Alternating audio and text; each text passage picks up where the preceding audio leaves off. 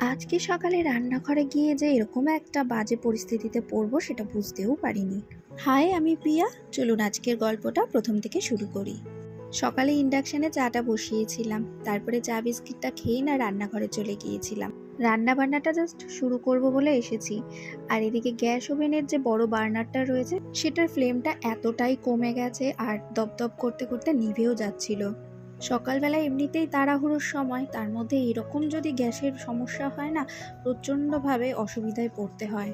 এদিকে আমার শাশুড়ি মাও বাড়িতে নেই, উনি মন্দারমণি গেছেন বেড়াতে।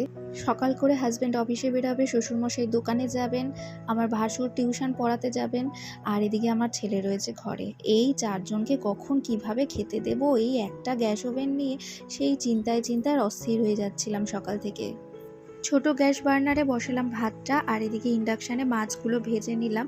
তারপর ভাতটা নামিয়ে টুকটুক করে আর কি ওই রান্নাবান্নাগুলো সেরে আসলাম কোনো মতে। আজকে ঘরে লোকজন বেশি থাকলে রান্নাবান্নাটাও বেশি থাকে, আর এই সব করে উঠতে উঠতে আজকে আমার খুব দেরি হয়ে গিয়েছিল, তাই ঘরের কাজ খুব বেশি একটা না করে চলে এলাম স্নান টান সেরে।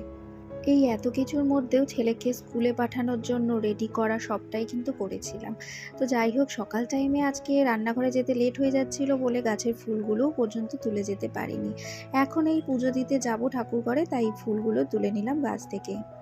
প্রত্যেক দিনই না এখন 2-4টে করে জবা ফুল পাচ্ছি, তো যার কারণে বেশ ভালো হয়। ঠাকুরের সিংহাসনে দিলে, ঠাকুরের চরণে দিলে দেখতেও ভালো লাগে।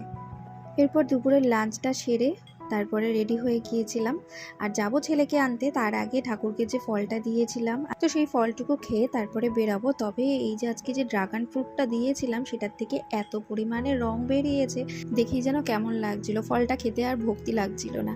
আর এদিকে ওয়েদারটাও না কেমন হয়ে এসছে, ঠিক ছুটির টাইমটাতেই না বৃষ্টি পড়া শুরু হয়। তো যাক, আজকে মিনি ভ্লগটা এতটুকুই থাকলো। দেখা হচ্ছে নতুন ভিডিওতে।